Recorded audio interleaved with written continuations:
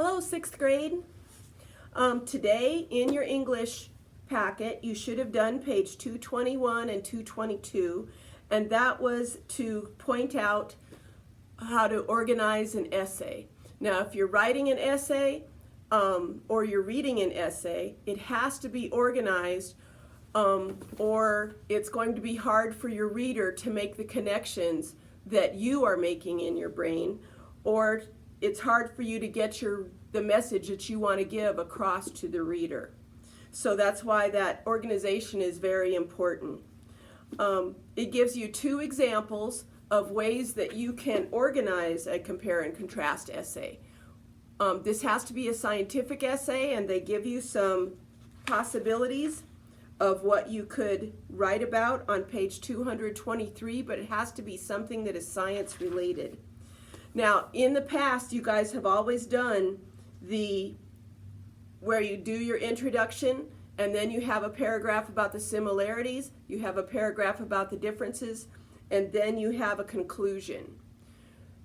That's what you're used to. However, the first thing that they tell you about on page 221 is they organize it a little differently. They start with the introduction, and then they tell about the one thing that you're talking about, and then they tell in the next paragraph, this would be the third paragraph, they talk about the other thing that you're writing about and how it compares to the one that was in the first paragraph.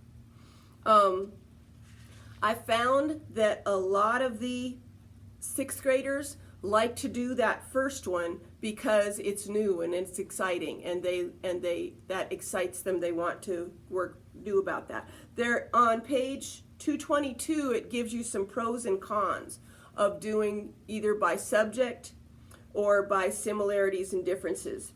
And when you get down to the bottom of page 222, it might be hard to decide about number one, whether it is by similarities and differences or by subject, or by subject.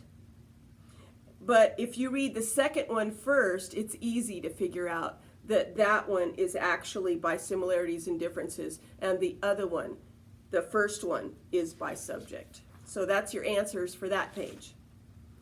As you go on, by tomorrow, you're going to be it'd be today for you guys, but that's where they give you the examples, all the things that you can compare and contrast. Make sure that it is something that is similar in some ways and different in some ways. If there are if you're trying to compare and contrast a couple of things that are very different or very similar, then it's not going to be a very well balanced essay. It's going to be hard to write.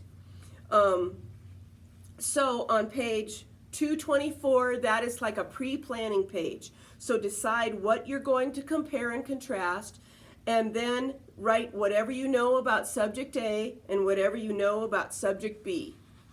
Then turn your page to page 225 and 226, and that is where you need to take the information from those two exercises and put them onto a Venn diagram.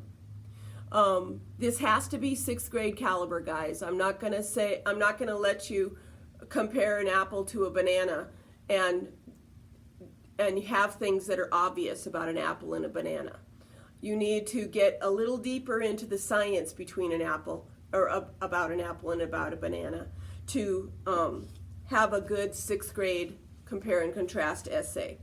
When you get up to, or after you have done your Venn diagram, that's your planning. The next stage after that is your draft.